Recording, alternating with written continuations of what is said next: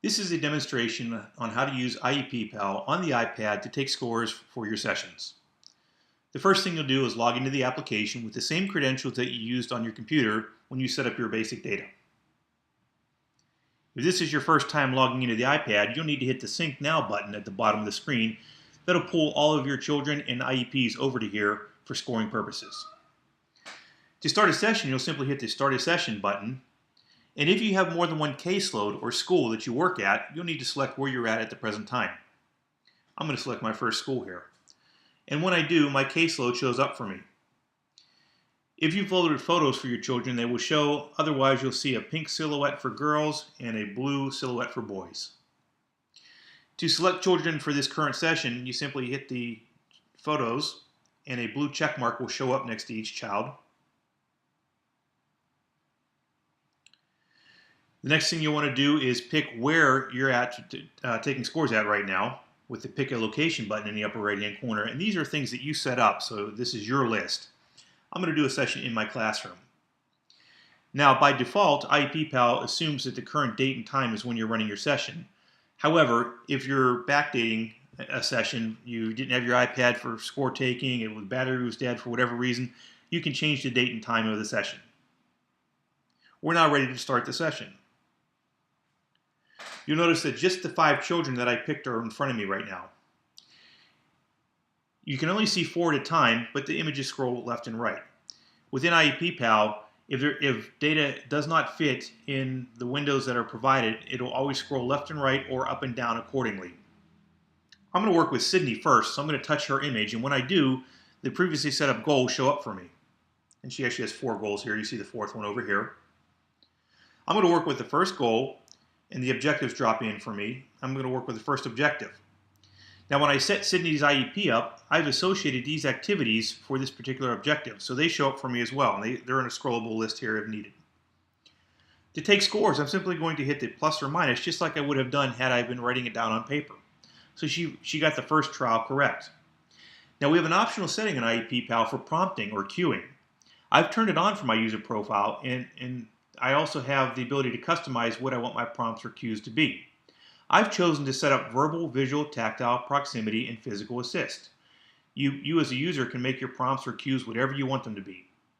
So Sydney got the first trial correct, and I issued a visual command 1 time. She got the second trial incorrect with a tactile issued twice.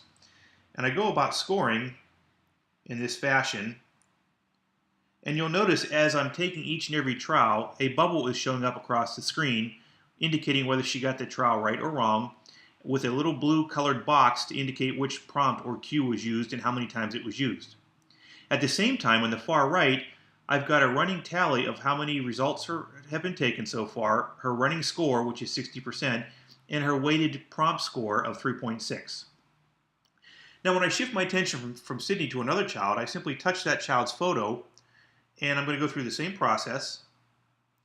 Now, for this particular child, I've turned prompting or cueing off, so I don't have to touch the screen more than once. I can hit pluses and minuses here to take her scores. And you'll notice that, just like on Sydney, I've got running totals to the far right, and each trial is shown here in this list.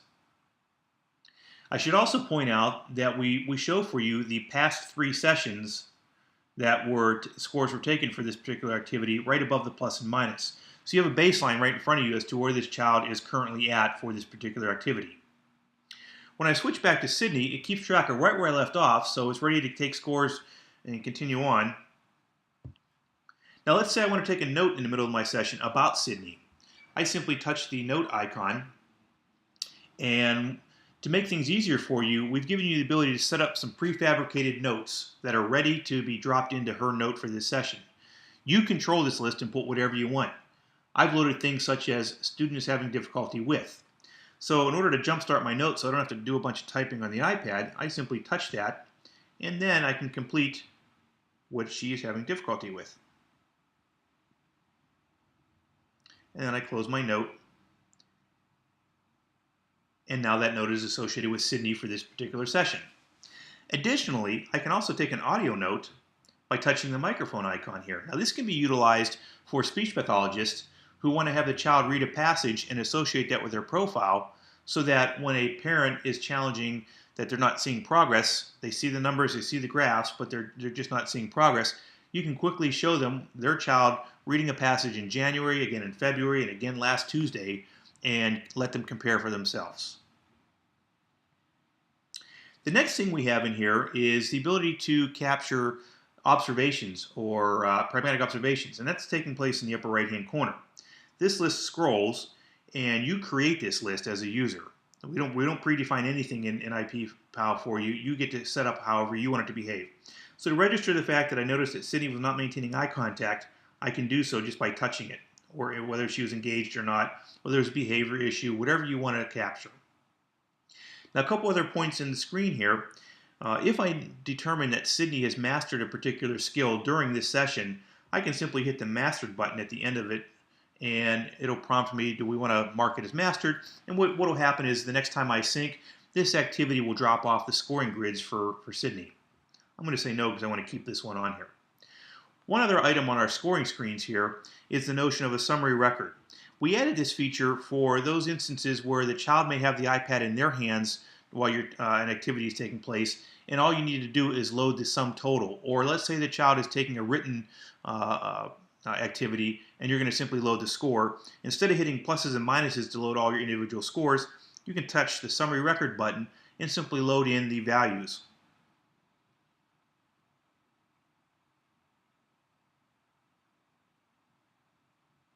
And they get tallied and scored just as if you had actually hit the pluses and minuses, 29 pluses and 16 minuses.